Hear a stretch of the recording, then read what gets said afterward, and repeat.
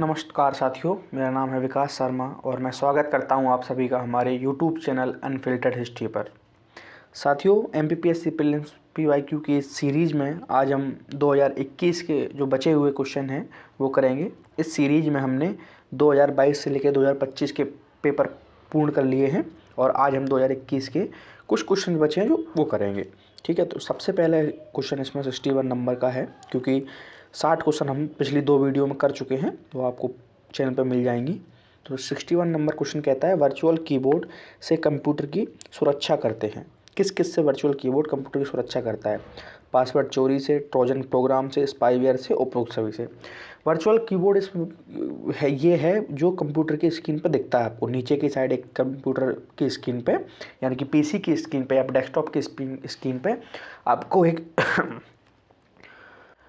एक कीबोर्ड दिखेगा, उसको वर्चुअल कीबोर्ड कहते हैं और ये इनबिल्ट होता है, ये अलग से नहीं लगाना पड़ता है। तो वर्चुअल कीबोर्ड तीनों से ही सुरक्षा करता है, यानी कि उपरोक्त सभी इसका आंसर होगा। क्वेश्चन नंबर 62 देखते हैं। एक ईमेल जो एक स्रोत से उत्पन्न दिखता है लेकिन वास्तव में दूसरे स्रोत से भेजा जाता है। क्वेश्चन कहने का अर्थ है कि एक जो ईमेल, जैसे मान लो आपके किसी परिजन ने, किसी की साथी ने भेजा है, पर वो एक झूठे किसी व्यक्ति ने, एक फ्रॉड किसी व्यक्ति के द्वारा भेजा गया होता है, पर लगता है आपको किसी के आपके साथी ने द्वारा भेजा गया है। तो इसको क्या कहते हैं? दूसरे भेजा गया है, इस प्रोसेस को क्या कहते हैं? तो इस प्रोसेस को स्पूफिंग कहते हैं। स्पूफिंग क्या है? एक साइबर फ्रॉड टेक्निक है जिसमें जो फ्रॉड करता है वो ईमेल या फ़ोन नंबर या वेबसाइट या IP एड्रेस किसी भी तरीके से, ठीक है, किसी विश्वसनीय स्रोत की तरफ से वो आपको भेजेगा, और जिससे आपको लगे कि मेरे किसी चहेते द्वारा, किसी परिजन द्वारा भेजा गया है, और आप उसको उसकी प्रतिक्रिया दें। ठीक है, ये इस प्रकार काम करती है स्पूफिंग। क्वेश्चन नंबर 63 देखते हैं। एक नेटवर्क वातावरण में जो सर्वर नहीं है क्या है ये? फाइल सर्वर, प्रिंट सर्वर, अनुप्रयोग सर्वर या नेटवर्क सर्वर? कुल मिला के क्वेश्चन कह रहा है एक नेटवर्क वातावरण में जो सर्वर नहीं है, तो इसका आंसर है नेटवर्क सर्वर। इसका आंसर नेटवर्क सर्वर है। जो नेटवर्क सर्वर है वो सर्वर नहीं है, जो मतलब नेटवर्क एनवायरनमेंट में एक सर्वर नहीं है, वो नेटवर्क सर्वर है। क्वेश्चन नंबर 64 देखते हैं। एक सामान्य नेटवर्क टोपोलॉजी नहीं है। सबसे पहले यहाँ आपको नहीं पे फोकस करना है, क्योंकि यहाँ बोल्ड करके भी दिया है। दूसरी बात, हम यहाँ थोड़ा सा टोपोलॉजी के बारे में बात कर लेते हैं। तो टोपोलॉजी क्या है? कॉमन नेटवर्क टोपोलॉजी है। ठीक है, ये क्या होती है कि कंप्यूटर को आपस में जोड़ने के तरीकों को कहते हैं। 2-3 कंप्यूटर मान लो जोड़ गए, 2-3 सिस्टम जोड़ने हैं, तो ये टोपोलॉजी के आधार पे जोड़े जाते हैं। जिसमें क्या क्या होता है? कॉमन नेटवर्क टोपोलॉजी है, एक स्टार टोपोलॉजी है, बस टोपोलॉजी है, रिंग टोपोलॉजी है, मैश टोपोलॉजी है, फ्री टोपोलॉजी और हाइब्रिड टोपोलॉजी, यानी कि कई तरह की हैं। जिसमें मान लो क्या होता है कि कई डिवाइस या कई कंप्यूटर सिस्टम आपस में जुड़ जाते हैं। तो इसमें पूछा गया एक सामान्य टोपोलॉजी जो नहीं है, तो सामान्य टोपोलॉजी ग्रिड नहीं है। ग्रिड नाम की कोई टोपोलॉजी नहीं है। ठीक है, क्वेश्चन नंबर 65 देखते हैं। सच्चा न्यायोचित विश्वास अक्सर कहा जाता है? सच्चा न्यायोचित विश्वास अक्सर कहा जाता है, मतलब सच्चा और न्यायोचित विश्वास अक्सर कहा जाता है ज्ञान के बदौलत। ज्ञान के आधार पर सच्चा और न्यायोचित विश्वास कहा जा सकता है। ठीक है, अगर किसी व्यक्ति को ज्ञान होगा तभी वो अपनी बात, किसी व्यक्ति को अगर ज्ञान होगा तभी मान लो ये है कि उसके सच्चे विचार बाहर निकलेंगे, क्योंकि और वो अपने विचारों पर अड़िग रहेगा। क्वेश्चन नंबर 66 देखते हैं। मालव संवत इस नाम से भी जाना जाता है। ये मालव संवत यानी कि विक्रमादित्य संवत, यानी कि विक्रम संवत की बात हो रही है यहाँ, जो कि 57 ईसा पूर्व में महाराजा विक्रमादित्य ने शकों पर जीत की थी। उसके उपलक्ष्य में इन्होंने 57 ईसा पूर्व में विक्रम संवत यानी कि मालव संवत की रचना कराई थी। तो इसको अन्य नाम इसका क्या है? कृत संवत। इसका अन्य नाम कृत संवत है। क्वेश्चन नंबर 67 देखते हैं। यहाँ 57 ईसा पूर्व में इसकी रचना की, ये स्थापना की गई थी। क्वेश्चन नंबर 67 देखते हैं। निम्न में से कौन सा मध्यकालीन शहर छींट नामक छुपे हुए सूती कपड़े के लिए प्रसिद्ध था? प्राचीन काल में या कहें कुछ सालों तक छींट नामक कपड़ा चलता रहा है। तो प्राचीन काल में कॉटन का, विशुद्ध कॉटन का एक छींट नाम का कपड़ा चलता था। ठीक है। तो उसमें क्वेश्चन पूछ रहा है कि निम्न में से कौन सा मध्यकालीन शहर छीट नामक छुपे हुए सूती कपड़े के लिए प्रसिद्ध था, यानी कि उसका निर्माण किस शहर में होता था। तो ये सरौंज में होता था, ये सरौंज शहर में होता था। ठीक है। क्वेश्चन नंबर 68 देखते हैं। यहाँ हम आपको थोड़ा एलिमिनेट करना सिखाएंगे। सबसे पहले क्वेश्चन पढ़ेंगे, निम्न में से कौन सा कथन मध्य प्रदेश में स्वतंत्रता आंदोलन के संबंध में असत्य है। सबसे पहले यहाँ गौर करना है, असत्य है। ठीक है, गलत ढूंढना है। पहला ऑप्शन है, खाजा एवं भीमा नायक भील नेता थे जिन्होंने ब्रिटिश सत्ता के विरुद्ध संघर्ष किया। देखो बात वही है ना कि स्वतंत्रता संग्राम ब्रिटिश संघर्ष के सत्ता के विरुद्ध ही हुआ था, तो ये बात तो बिल्कुल सही होगी। ऑप्शन नंबर बी है, स्वतंत्रता सेनानी शंकर शाह गढ़ा मंडला राज्य के थे। यहाँ थोड़ा हमको डाउट हो सकता है, तो इसलिए ऑप्शन आगे पढ़ते हैं। रामगढ़ के जुझार सिंह के पुत्र देवनाथ सिंह ने ब्रिटिश सत्ता के विरुद्ध संघर्ष किया था। ठीक है, अब दो ये ऑप्शन इसलिए गलत नहीं हो सकता क्योंकि एक तो रामगढ़ भी बोला है, जुझार सिंह भी बोला, उसके पुत्र देवनाथ सिंह के बारे में बताया गया है। तो मतलब दो तीन ऑप्शन कन्फर्म दे रखे हैं कि फलाने फलाने फलाने। ठीक है, इसके बाद हम देखते हैं, सिपाही बहादुर सरकार की स्थापना इंदौर में की गई थी। अब यहाँ सबसे ज़्यादा गलत, देखो यहाँ अगर उसको गलत करना होगा तो तीन ये गलत कर सकते हैं, ये गलत कर सकते हैं। यहाँ उसके बाद एक ही गलत करना है, इंदौर। ठीक है, इंदौर की जगह और कहीं होगी, आप ऐसे आपको एलिमिनेट करना है। तो अब दो ऑप्शन में से या तो ये गलत होगा या ये गलत होगा। तो यहाँ ये ऑप्शन नंबर डी गलत है, इंदौर नहीं है। इंदौर की जगह क्या है, असली इसका आंसर सीहोर है, सीहोर। इसका रियल आंसर सीहोर है। ठीक है, 6 अगस्त 1857 को, 6 अगस्त 1857 को 6 अगस्त 1857 को रिसालदार वली शाह और महावीर कोठा द्वारा एक सिपाही बहादुर नाम की सरकार का गठन किया गया था। ठीक है, इसके बाद क्वेश्चन नंबर हम देखते हैं 69। निम्नलिखित में से किस जिले में गोटमार मेला आयोजित होता है। तो गोटमार मेला के बारे में हम थोड़ा बात कर लेते हैं, फिर इसका आंसर देखते हैं। गोटमार मेला एक तरह की प्रतियोगिता है जिसमें दो गांवों के लोग आपस में, एक झंडा प्रतियोगिता है, नदी के बीच में झंडा गाड़ते हैं, फिर उसको निकालने के लिए प्रतियोगिता करते हैं, आपस में एक दूसरे पर गोटा फेंकते हैं, जो कि किसी न किसी ऐसी पत्थर या मिट्टी ऐसे कुछ बने होते हैं जिसमें लोग कई घायल भी होते हैं। आपने न्यूज सुन रखी होगी, दैनिक भास्कर में आती रहती है। तो ये छिंदवाड़ा के पांढुर्णा में होता है, क्योंकि 2021 का पेपर है, 2023 में पांढुर्णा बना है, तो पांढुर्णा होता है, ये पांढुर्णा में होता है। कहाँ होता है, पांढुर्णा में ये होता है। क्वेश्चन नंबर 70 देखते हैं। निम्नलिखित में से कौन सा युग्म सुमेलित नहीं है। सुमेलित नहीं यानी कि मिल नहीं रहा है। तो पहला हरिशंकर परसाई। अच्छा, ऐसे क्वेश्चनों के बारे में आपको बता दूं, ये क्वेश्चन आप छोड़ सकते हैं क्योंकि ये क्वेश्चन आना सबको सारी कविताएं याद रखना बहुत कठिन कार्य है। ठीक है, और रखना भी नहीं है, इससे आप किसी और सब्जेक्ट पर ध्यान दे सकते हैं। एक आध क्वेश्चन आप ऐसे क्वेश्चन छोड़ भी सकते हैं।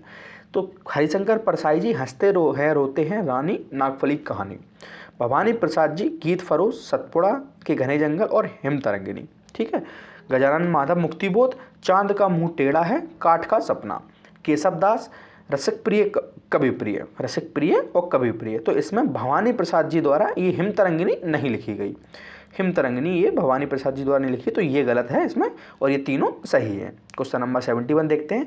भारतीय संविधान का अनुच्छेद 338 से संबंधित है। भारतीय संविधान का अनुच्छेद 338 किससे संबंधित है।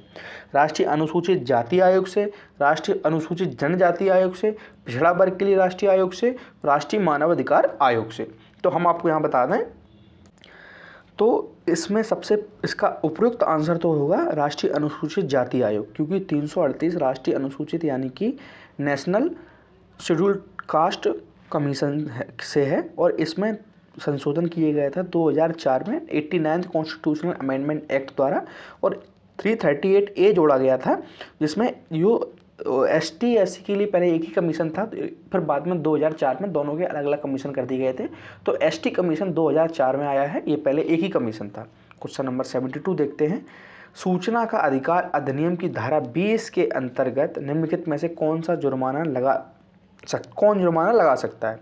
तो ये कह रहा है कि जो सूचना की धारा का अधिकार है, ठीक है, सूचना का अधिकार अधिनियम है, उसकी धारा 20 के अंतर्गत निम्न में से कौन जुर्माना लगा सकता है, कौन अथॉरिटी, कौन कौन सी अथॉरिटी हैं जो जुर्माना लगा सकती हैं। तो इसमें सबसे ज़्यादा दिख रहा है केंद्रीय सूचना आयोग या राज्य सूचना आयोग, यही है जो जुर्माना लगा सकती हैं, ठीक है। क्वेश्चन नंबर 3 देखते हैं। भारत के नियंत्रण एवं महालेखा परीक्षण संघ के लेखाओं संबंधी अपनी प्रतिवेदन प्रस्तुत करते हैं, किसके सामने करते हैं। कैग है जो अपनी रिपोर्ट है वो किसके सामने प्रस्तुत करता है, तो मुख्य न्यायाधीश के सामने करता है, प्रधानमंत्री के, उपराष्ट्रपति के, या उपरोक्त में से कोई नहीं। तो उपरोक्त, इसका आंसर उपरोक्त में से कोई नहीं, क्योंकि वह करता है राष्ट्रपति के सामने, राष्ट्रपति के सामने वह अपनी रिपोर्ट प्रस्तुत करता है, राष्ट्रपति जी महोदय के सामने अपनी रिपोर्ट प्रस्तुत करता है। क्वेश्चन नंबर 74 देखते हैं। राज्य लोक सेवा आयोग के अध्यक्ष एवं सदस्यों की नियुक्ति की जाती है, भाई साहब कौन करता है, मतलब स्टेट पीएससी कमीशन यानी कि एमपीपीएससी के अध्यक्ष एवं सदस्यों की नियुक्ति कौन करेगा, तो एमपीपीएससी के सदस्यों की नियुक्ति राज्यपाल भाई साहब करेंगे और इन्हें हटाएंगे राष्ट्रपति भाई साहब, ठीक है, राष्ट्रपति भाई साहब इनको हटाएंगे, इनका रिमूवल राष्ट्रपति करेगा। एक बात और है, इनकी वेतन और भत्ते रहेंगे स्टेट की कंसोलिडेटेड फंड ऑफ इंडिया में, यानी कि स्टेट की संचित निधि से रहेंगे, और इनकी पेंशन रहेगी, इनकी पेंशन भी लगभग शायद, और इनकी पेंशन भी स्टेट सीएफआई से ही होगी। और हाई कोर्ट को, जो मैं आपको एक तथ्य याद दिला दूं, हाई कोर्ट का जो न्यायाधीश होता है उसकी pension consolidated fund of India से होती है, यानी कि केंद्र की सीएफआई से होती है, उसकी स्टेट सीएफआई से नहीं होती है। क्वेश्चन नंबर 75 देखते हैं। विकास निगरानी और मूल्यांकन कार्यालय DMEO का गठन कब किया गया था, तो DMEO पहले मैं बता दूं, ये नीति आयोग से संबंधित एक कार्यालय है, ठीक है, जो सरकारी कार्यक्रमों और पहलों, जो सरकार के द्वारा, नीति आयोग के द्वारा जो कार्यक्रम और पहलें चलाई जाती हैं उनकी निगरानी और मूल्यांकन करता है, ठीक है। DMEO ये नीति आयोग से संबंधित है और इसका काम है जो नीति आयोग द्वारा या सरकार द्वारा पहलें या कार्यक्रम चलाए जा रहे हैं उनकी निगरानी और इनको मूल्यांकन करता है। तो इसकी स्थापना 18 सितंबर 2015 को हुई थी, ठीक है। क्वेश्चन नंबर 76 देखते हैं। मध्य प्रदेश के निम्नांकित राज्यपालों में से कौन भारत की संविधान सभा के सदस्य नहीं रहे हैं। क्वेश्चन कह रहा है भाई साहब कि संविधान सभा का ऐसा कौन सा व्यक्ति है जो मध्य प्रदेश का राज्यपाल नहीं रहा है। तो इसमें ये क्वेश्चन एमपीपीएससी द्वारा ये डिलीट कर दिया गया था, शायद इसमें ऑप्शन सही नहीं थे, तो इसको आगे बढ़ते हैं। क्वेश्चन नंबर, इसको हम बाद में टैकल कर लेंगे, क्वेश्चन नंबर पहले 77 देख लेते हैं, वीडियो के अंत में हम इसको टैकल कर लेंगे। तो मध्य प्रदेश के निम्नांकित मुख्यमंत्रियों में से कौन अपने कार्यकाल के दौरान मध्य प्रदेश विधानसभा में सदन के नेता नहीं रहे हैं। भाई साहब क्वेश्चन कह रहा है कि निम्नलिखित में से मतलब कौन सा मुख्यमंत्री ऐसा था जो अपने कार्यकाल के दौरान विधानसभा में सदन का नेता नहीं रहा है, मतलब मुख्यमंत्री भी रहा है और सदन का नेता भी रहा है। अमूमन क्या होता है कि जो मुख्यमंत्री और जो प्रधानमंत्री होता है, प्रधानमंत्री लोकसभा का नेता होता है और मुख्यमंत्री विधानसभा का नेता हो। यदि प्रधानमंत्री राज्यसभा से है तो वो लोकसभा में अपना सदन का नेता चुनता है। तो इसमें यही पूछ रहा है कि विधानसभा में ऐसा कौन सा सीएम रहा है जो अपने कार्यकाल के दौरान भी सदन का नेता नहीं रहा है, मेंबर ऑफ विधानसभा नहीं रहा है। तो इसमें इसका आंसर है गोविंद नारायण सिंह जी। ये गोविंद नारायण सिंह जी हैं जो मेंबर ऑफ विधानसभा नहीं रहे हैं। क्वेश्चन नंबर इसके बाद हम 78 देखते हैं। निम्नांकित में से कौन मध्य प्रदेश विधानसभा के सामयिक अध्यक्ष यानी कि प्रोटेम स्पीकर, अध्यक्ष व उपाध्यक्ष के पद पर रहे हैं, यानी कि तीनों अध्यक्ष, उपाध्यक्ष और प्रोटेम स्पीकर। प्रोटेम स्पीकर अध्यक्ष को, ये कुछ समय के लिए होता है, ये अध्यक्ष को शपथ दिलाता है, इसके बाद इसका पद डिजॉल्व हो जाता है, यानी कि इसके चेयर डिजॉल्व हो जाती है, ठीक है। तो ये रामकिशोर शुक्ला जी हैं जो तीनों रहे हैं, प्रोटेम स्पीकर भी रहे हैं, चेयरपर्सन भी रहे हैं और वाइस चेयरपर्सन भी रहे हैं, ठीक है। क्वेश्चन नंबर 79 देखते हैं। मध्य प्रदेश में सरपंच और उप सरपंच की अनुपस्थिति में ग्राम सभा की बैठक की अध्यक्षता कौन करेगा, यानी कि जब मध्य प्रदेश के किसी ग्राम सभा में ना सरपंच हो ना उप सरपंच हो तो उसमें ग्राम सभा जो साल में 2 बार कराना अनिवार्य है, 2 या 3 बार कराना अनिवार्य है, उसकी अध्यक्षता कौन करेगा? तो खंड विकास अधिकारी करेगा, ग्राम पंचायत का सचिव करेगा। इस प्रयोजन हेतु ग्राम सभा की बैठक में उपस्थित सदस्यों द्वारा निर्वाचित संबंधित ग्राम पंचायत का सबसे बुजुर्ग व्यक्ति करेगा, या इस प्रयोजन हेतु ग्राम सभा की बैठक में उपस्थित सदस्यों द्वारा निर्वाचित संबंधित ग्राम पंचायत का पंच करेगा। तो ये भाई साहब ये आंसर एकदम सही है, ग्राम पंचायत का पंच ही करेगा। क्वेश्चन नंबर 80 देखते हैं, मध्य प्रदेश में निम्नांकित में से कौन सी जिला पंचायत की स्थायी समितियां हैं? मतलब इस जिला पंचायत की कौन सी स्थायी समितियां हैं? तो इसमें तीनों हैं। हाँ, ये इसमें तीनों हैं, सामान्य प्रशासन समिति, कृषि समिति, शिक्षा समिति आदि। ठीक है, तो इसमें ये तीनों हैं।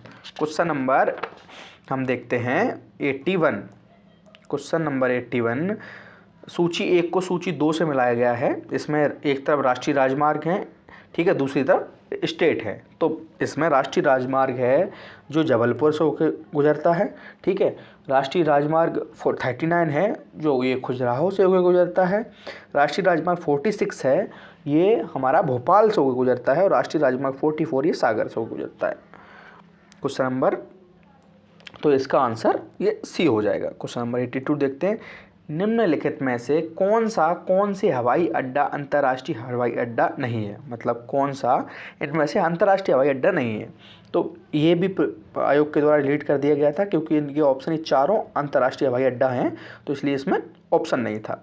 ठीक है, क्वेश्चन नंबर 83 देखते हैं, मध्य प्रदेश में निम्न में से कौन सा स्थान और जिला तापीय विद्युत केंद्र से संबंधित नहीं है, थर्मल पावर प्लांट से संबंधित नहीं है? तो सारणी नहीं है, सारणी में तो बिल्कुल है, सतपुड़ा थर्मल पावर प्लांट है, सतपुड़ा टीपीपी है, ठीक है।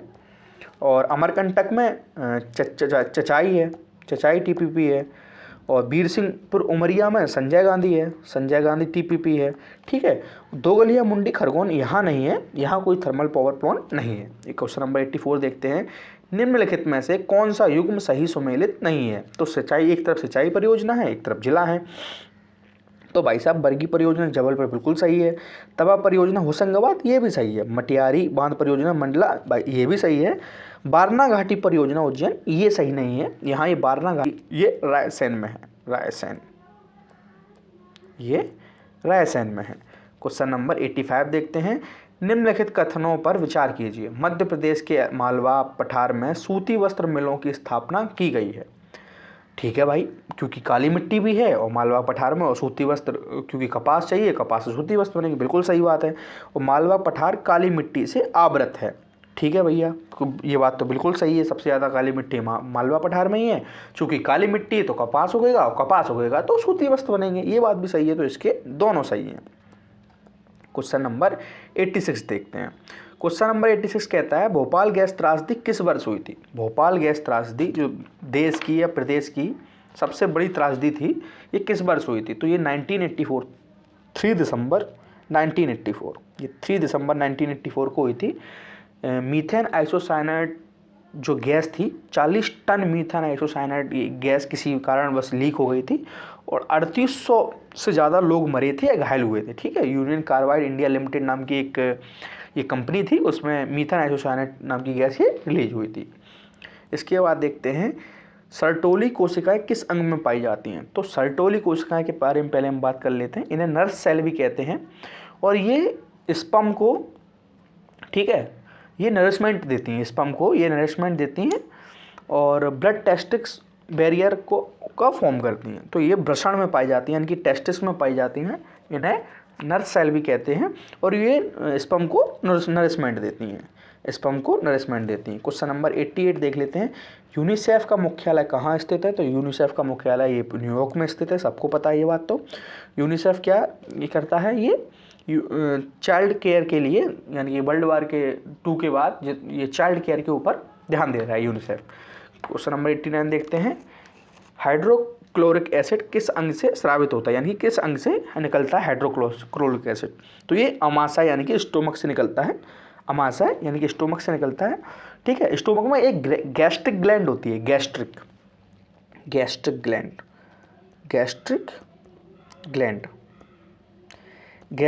होती है, उससे निकलता है। ठीक है, उसका काम क्या है, ये फूड को डिसइंफेक्ट करता है, ठीक है, कि जितना भी इन्फेक्शन होता है फूड में वो हटा देता है।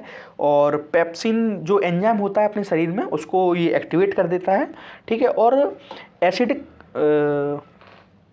मीडियम ऑफ डाइजेशन देता है, मतलब ये क्या करता है कि डाइजेशन को एक एसिडिक मीडियम देता है जिससे खाना जल्दी पच जाता है। क्वेश्चन नंबर 90 देखते हैं, स्कर्वी रोग किस विटामिन से, इस विटामिन की न्यूनता से होता है। मतलब इन ये जो 4 ऑप्शन हैं इनमें से कौन सी विटामिन है जिसकी न्यूनता से, कमी से स्कर्वी रोग होता है? तो ये विटामिन सी है, इसकी न्यूनता से स्कर्वी रोग होता है। क्वेश्चन नंबर 91 देखते हैं, भारत के संविधान के अनुच्छेद 51 का के उपबंधों के तहत प्रयुक्त पालन एवं आदर शब्द किससे संबंधित है? मतलब ये कह रहा है कि जो अनुच्छेद 51 काम है, जो पालन एवं आदर शब्द है वो किससे संबंधित है? संविधान से संबंधित है, भारत की प्रभुता, एकता, अखंडता से संबंधित है, सामसिक संस्कृति, गौरवशाली परंपरा से संबंधित है, या प्राकृतिक पर्यावरण संबंधित है?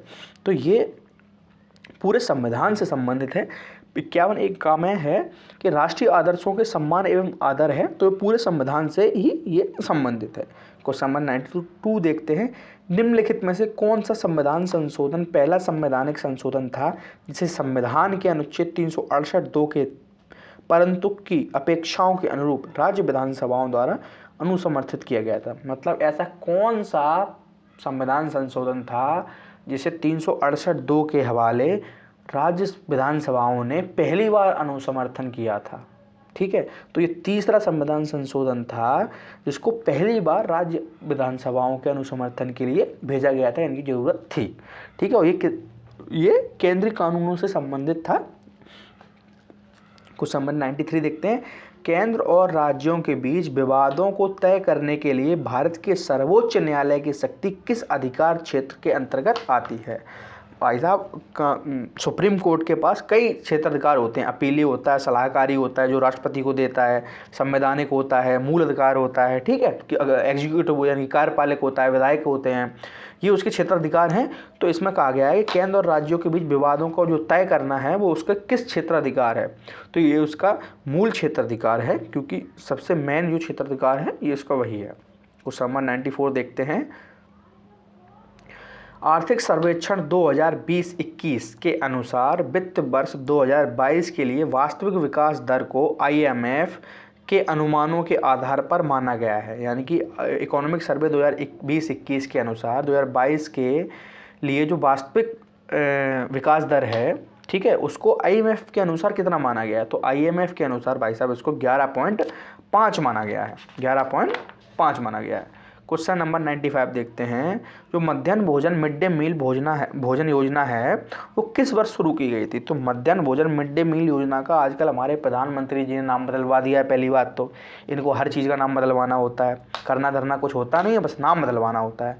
तो PM पोषण शक्ति निर्माण इनको यानी कि PM पोषण नाम की मिड डे मील से PM पोषण मिड कर दिया है इस योजना का नाम। और ये 1 से लेके 8वीं क्लास तक के बच्चों के लिए ये चलाई गई थी। क्यों चलाई गई थी? उनको पोषण मिल जाए, स्कूलों में दाखिले बढ़ जाएं, ठीक है, और स्कूल जो बच्चे 8वीं क्लास के बाद या 5वीं 6वीं क्लास में फलान छोड़ देते हैं वो ना छोड़ जाएं, ठीक है। इसमें क्या था कि 450 कैलोरी और 12 ग्राम प्रोटीन प्राथमिक बच्चों के लिए यानी कि 1 से 5 तक के बच्चों के लिए, और 700 कैलोरी और 20 ग्राम प्रोटीन 5 से 8 के मध्यम बच्चों के लिए, ठीक है, माध्यमिक शिक्षा के बच्चों के लिए। तो इसमें ये सन 1995 में शुरू की गई थी। क्वेश्चन नंबर 96 देखते हैं, मुद्रा राक्षस के रचयिता कौन है? तो मुद्रा राक्षस के रचयिता भाई साहब विशाख दत्त भाई साहब हैं, ये विशाख दत्त जी हैं।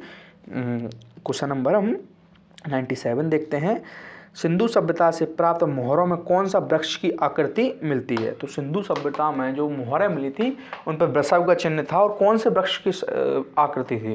तो ये पीपल के वृक्ष की इस पर आकृति थी, पीपल के वृक्ष की। क्वेश्चन नंबर 93 देखते हैं, किसकी प्रशासनीय प्रणाली की अद्वितीय विशेषता ग्राम स्वायत्तता का विचार था? मतलब कौन सा ऐसा वंश था जिसमें प्रशासनिक प्रणाली थी वो ग्राम से थी, यानी कि जो गांधी जी का विजन था कि सक्रिय ग्राम सभा में होनी चाहिए, ठीक है, सब प्रमुख भारत की राजनीति का प्रमुख जो है वो ग्राम सभा होनी चाहिए। तो वो चोलों में थी, चोल ग्राम सभा को बहुत स्वायत्तता प्रदान करके रखे थे। क्वेश्चन नंबर 899 देखते हैं, एलोरा एवं एलिफेंटा के स्थल किस काल से संबंधित हैं। तो एलोरा एवं एलिफेंटा के संबंध स्थल राष्ट्रकूट काल से संबंधित हैं। यहाँ एलोरा में कैलाशनाथ मंदिर, गुफा नंबर 16 कैलाशनाथ मंदिर, ठीक है। और एलिफेंटा में महेश मूर्ति शिवलिंग प्रतिमा थी। क्वेश्चन नंबर 100 देखते हैं, किस चंदेल राजा ने महमूद गजनवी का सामना किया था। तो किस चंदेल शासक, ये अलाउद्दौला के वंश वाले यानी किस चंदेल शासक ने महमूद गजनवी का सामना किया था। तो ये थे विद्याधर जी ने महमूद गजनवी का शासन किया था। तो आज हमने 2021 का पेपर पूरा कर लिया है। आज के लिए हम इतना ही रखते हैं। धन्यवाद।